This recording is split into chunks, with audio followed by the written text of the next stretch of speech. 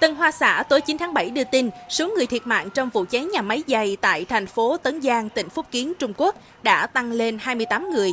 Theo đó, đám cháy bùng phát khoảng 12 giờ cùng ngày tại nhà máy nhiều tầng.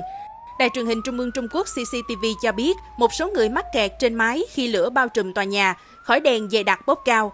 Lực lượng chức năng huy động hàng trăm lính cứu hỏa cùng phương tiện đến hiện trường. Đến khoảng 17 giờ 40 phút, đám cháy cơ bản được khống chế, song công tác cứu hộ vẫn tiếp tục.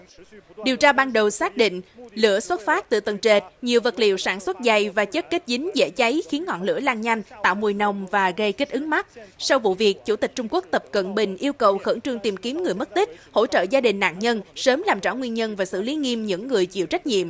Tấn Giang được xem là thủ phủ giày dép của Trung Quốc. Năm 2024, các doanh nghiệp tại đây sản xuất hơn 1,2 tỷ đôi giày, chiếm khoảng 20% sản lượng toàn cầu.